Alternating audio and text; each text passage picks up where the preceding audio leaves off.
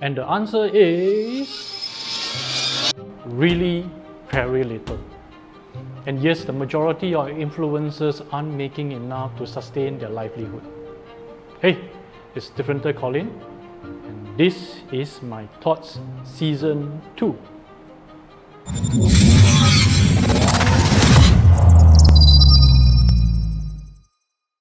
What's up guys, Differenter Colin here. Welcome to the second season of My Thoughts, which is a series of vlogs I make to air my honest and uncensored opinion of many things entrepreneurial. In the previous season, I mainly shared about my own company and the industries which I'm in. This time, I'm going all out to talk about other entrepreneurial industries that I've partook before in the past or have helped a client or student in. So whatever I share here are actually first-hand information and experiences. Now, we start this season with answering a question many people have asked me before.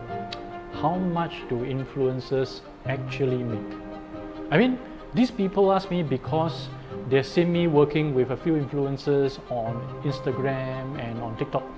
And this influencer seems to be leading a very glamorous, carefree, or even pampered life because of the sponsorship and collaborations that they have gotten. So, are they actually really making a lot of money? Well, before I elaborate on my answer that I gave right at the start of the video, really very little. Let's run through some figures first, shall we? Now first, I crawl through a few statistics sites to find out the number of Instagram influencers there are and how many followers they have. The figures are actually quite astounding. First, how many Instagram influencers do you think there are? Well, there are around 30,000 influencers with more than 1 million followers. And for those with 100,000 to below 1 million, there are around 2 million of them. And if we count the micro influencers with more than just 1,000 followers, they are an estimate of 30 plus million of them. 30 plus million! That's the population of a decent sized country. Second, with these figures, let's try to group the influencers. Well, I can say that there would generally be three tiers of influencers. The mega influencers tier have more than 1 million followers. The mid to macro influencer tier has more than 100,000 followers, and the nano and micro tier has just more than 1,000 followers. So in third, pairing these figures against the number of active users on Instagram, we get rather interesting data indeed. So out of 1.4 billion active users on Instagram, right, only 2.2% of them are considered at least a nano or micro influencer with more than 1,000 followers. 2.2%! And if we look at the macro and mega influencer tiers, right, the percentage drastically lower to 0.14% and 0.002%. Now if I flip those numbers around, it means that you only have 1 in 46,000 chance of being a mega influencer on Instagram. And if you want to be within the mid-tier with more than 100,000 followers, you have around 1 in 700 chance. The macro and nano tier are much easier because 1 in every 46 active user in Instagram is considered one such influencer. So for me, I have worked with at least a dozen influencers from the mid and low tiers.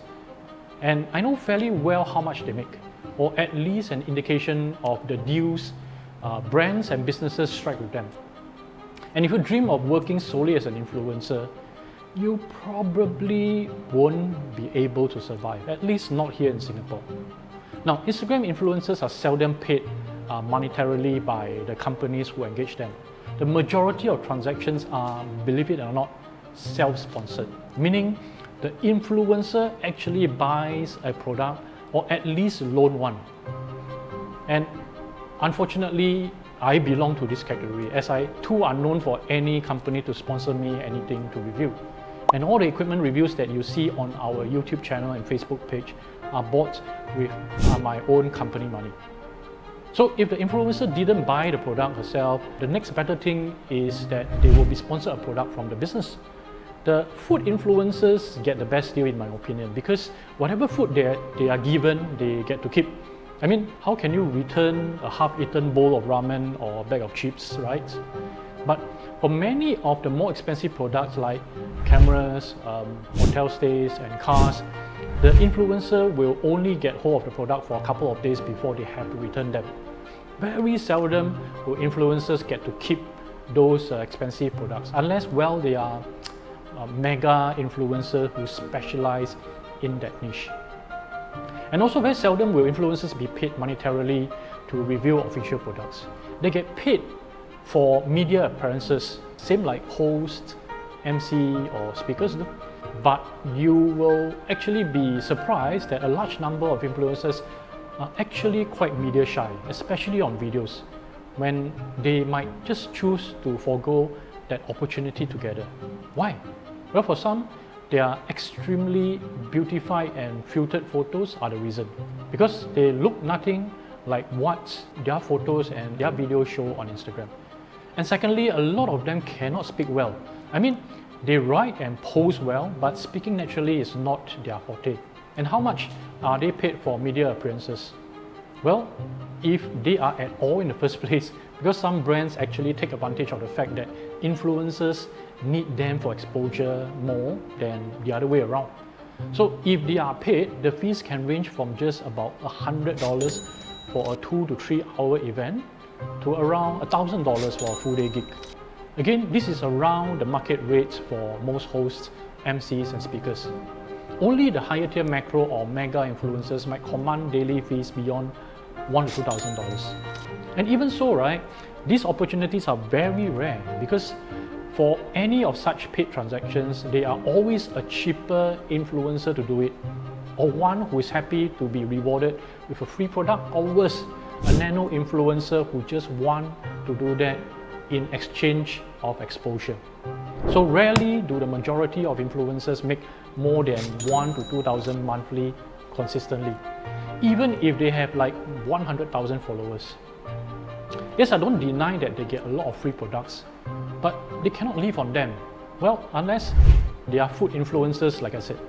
Oh, we haven't even talked about the income tax that must be levied on the free products and services that influencers get too.